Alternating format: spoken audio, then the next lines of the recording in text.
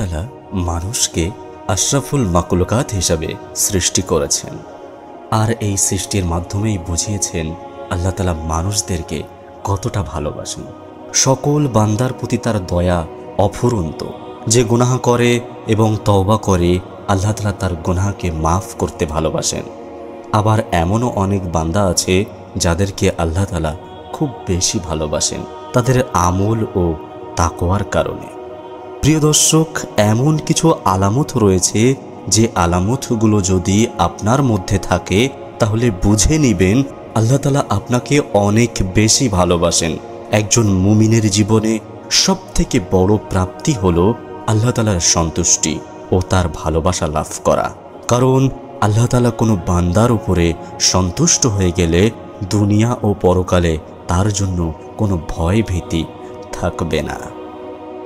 একজন মানুষকে আল্লাহ তাআলা ভালোবাসে কিনা এ বিষয়ে বোঝার জন্য কিছু আলামত রয়েছে, যে আলামতগুলোর মাধ্যমে একজন মানুষ সহজেই বুঝতে পারবেন তিনি আল্লাহ তাআলার প্রিয় একজন বান্দা কিনা এবং তার ভালোবাসার পাত্র কিনা। আর আজকে এমন 4টি আলামত নিয়ে আলোচনা করব, যে 4টি আলামত আল্লাহ তাআলা যাকে ভালোবাসেন তার মধ্যে পাওয়া যাবে। তো চলুন জেনে নেওয়া যাক সেই 4টি আলামত সম্পর্কে, যে 4টি আলামত আল্লাহ তাআলার ভালোবাসার কারণ। আর হ্যাঁ, আপনি যদি এই চ্যানেলে নতুন হয়ে থাকেন তাহলে অবশ্যই চ্যানেলটিকে সাবস্ক্রাইব করবেন। ভিডিওটি ভালো লাগলে অবশ্যই একটা লাইক দিবেন। তো প্রথম যে আমলটি দেখলে আপনি বুঝে নেবেন যে আল্লাহ তাআলা আপনাকে অনেক বেশি ভালোবাসেন, সেটি হচ্ছে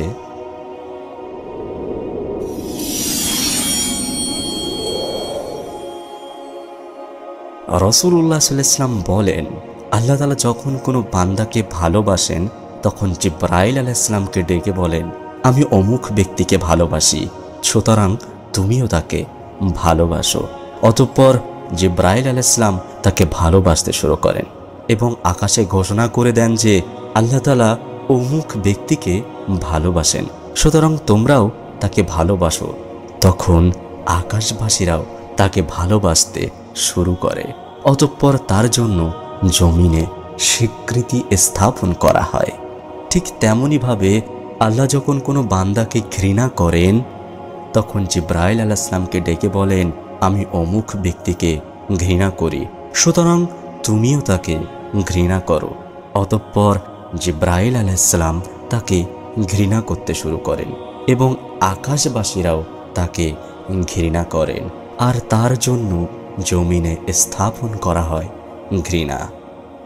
আর হ্যাঁ, এখানে একটি জানার বিষয় রয়েছে, যে বিষয়টি হচ্ছে বর্তমান সময়ে অনেক মানুষের প্রচুর ফ্যান ফলোয়ার রয়েছে। বেঈমান দুশ্চরিত্রা হওয়া সত্ত্বেও মানুষ তাদেরকে ভালোবাসে। তাহলে প্রশ্ন আসতে পারে, এই সমস্ত মানুষদেরকে কি আল্লাহ পাক ভালোবাসেন? উত্তর হচ্ছে না, আল্লাহ তাআলা তাদেরকে ভালোবাসেন না। এখান থেকে বোঝা যায় যে মুত্তাকি নেককার ব্যক্তিরা যদি কাউকে ভালোবাসে তাহলে বুঝতে হবে যে আল্লাহ তাআলা তাকেই ভালোবাসেন।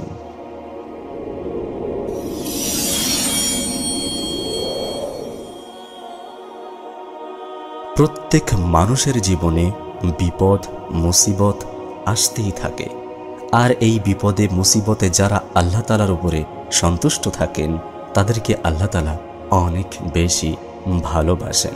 আল্লাহ তাআলা ইব্রাহিম আলাইহিস সালামের উপরে অনেক পরীক্ষা নিয়েছিলেন, ইউসুফ আলাইহিস সালামের উপরে পরীক্ষা নিয়েছিলেন।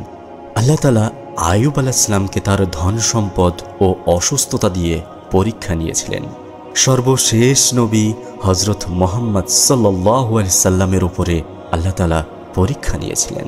এখান থেকে কিন্তু বোঝা যায় আল্লাহ তাআলা ওই সমস্ত ব্যক্তিদেরকে পরীক্ষা নেন যাদেরকে আল্লাহ তাআলা ভালোবাসেন।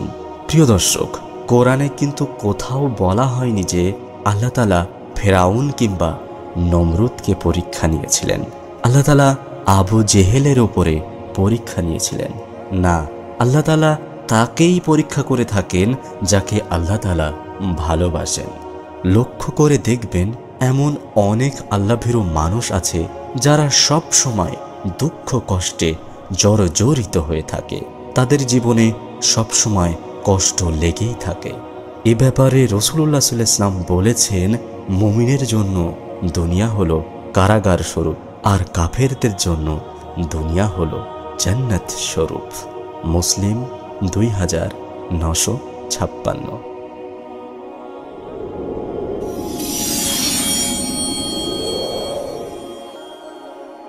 প্রিয় দর্শক, আমরা কিন্তু দুনিয়ার মোহে আচ্ছন্ন হয়ে আছি। দুনিয়ার এই ভোগ বিলাস আমাদেরকে আচ্ছন্ন করে রেখেছে। প্রতিনিয়ত আমাদের লোভ লালসা বেড়েই চলেছে। সম্পত্তি, পদবি, অর্থ সম্পদের পিছনে আমরা ছুটেই চলেছি। প্রত্যেকেই নিজেদের অবস্থান নিয়ে খুশি না। আমরা যে যাই যতই ভালো অবস্থানে থাকি না কেন, তারপরেও আমরা ছুটে চলেছি আরও ভালো অবস্থান আয়ত্ত করার জন্য। পরকালের কোনো চিন্তাই আমাদের নেই। আখিরাত নিয়ে কখনো আমরা ভাবি না। প্রিয় দর্শক, আল্লাহ যাকে ভালোবাসবেন তিনি এমনটা হবেন না। তার মধ্যে পদবি, অর্থ সম্পদের প্রভাব প্রতিপত্তির কোনো আকর্ষণ থাকবে না। সেই বান্দা দুনিয়ার থেকে আখিরাতকে অগ্রাধিকার দেবেন বেশি। আর এমন অনেক বান্দা আছে, তারা ধন সম্পদ চাওয়া সত্ত্বেও আল্লাহ তাআলা তাদেরকে সম্পদ থেকে দূরে সরিয়ে রাখেন। মূলত আল্লাহ তাআলা সেই বান্দাদেরকে পরিকল্পিতভাবে দুনিয়াবি ফায়দা থেকে সরিয়ে রেখেছেন। তবে এর অর্থ এই নয় যে আল্লাহ তাআলা কাউকে দুনিয়া দিলে তিনি আল্লাহ তাআলার ঘৃণিত ব্যক্তি হয়ে যাবেন।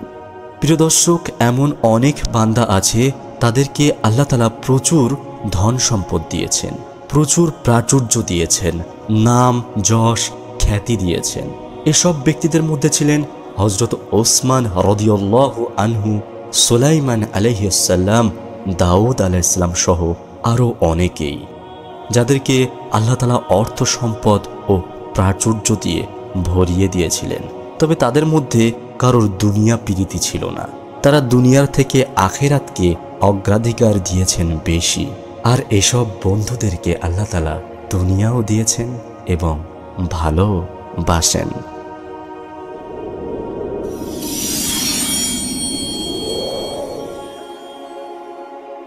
আল্লাহ তাআলার ভালোবাসার বান্দার সবচেয়ে গুরুত্বপূর্ণ আলামত হলো, তাকে আল্লাহ তাআলা দ্বীনের জ্ঞান দান করবেন, দ্বীনের বুঝ দান করবেন এবং বেশি বেশি নেক আমল করার সুযোগ দান করবেন। রাসূলুল্লাহ সাল্লাল্লাহু আলাইহি ওয়াসাল্লাম বলেছেন, আল্লাহ যখন কোনো বান্দাকে কল্যাণের ইচ্ছা করেন, তাকে মৃত্যুর আগে পবিত্র করেন। লোকেরা তখন রাসূলুল্লাহ সাল্লাল্লাহু আলাইহি ওয়াসাল্লামের কাছে জিজ্ঞাসা করলেন, পবিত্র করেন কিভাবে? উত্তরে তিনি বললেন, মৃত্যুর আগে তাকে নেক আমল করার তৌফিক দেন, অতঃপর তার উপরে তার মৃত্যু ঘটান। আর আল্লাহ তাআলা যখন কোনো বান্দা সম্পর্কে কল্যাণের ইচ্ছা করেন, তখন তাকে সুমিষ্ট করেন। তখন রাসূলুল্লাহ সাল্লাল্লাহু আলাইহি ওয়াসাল্লামকে প্রশ্ন করা হলো, সুমিষ্ট কি? উত্তরে তিনি বললেন, মৃত্যুর আগে ভালো কাজ করার জন্য উন্মুক্ত করে দেন, অতঃপর ওই অবস্থায় ওই ব্যক্তির উপরে মৃত্যু ঘটে। তো প্রিয় দর্শক, এর মাধ্যমে বোঝা যায় আল্লাহ তাআলা যাদেরকে ভালোবাসেন, আল্লাহ তাআলা যাদেরকে ভালোবাসতে চান, তাদেরকে ভালোবাসার সুযোগ করে দেন, তাদেরকে আল্লাহ তাআলার নৈকট্য পাওয়ার সুযোগ করে দেন। তো আমরা সবাই আল্লাহ তাআলার কাছে দোয়া করব, আল্লাহ তাআলা যেন আমাদের ওই সমস্ত পথে চালনা করেন যে পথে চললে আল্লাহ তাআলা খুশি হয়ে যান। আল্লাহ তাআলা যেন আমাদেরকে ভালোবাসেন এবং ওই পথের পথিক বানান যে পথের শেষ জান্নাতুল ফেরদৌস। তো প্রিয় দর্শক, এই ছিল আজকের ভিডিও। তো ভিডিওটি যদি একটু ভালো লেগে থাকে তাহলে অবশ্যই লাইক, সাবস্ক্রাইব আর শেয়ার করতে ভুলবেন না।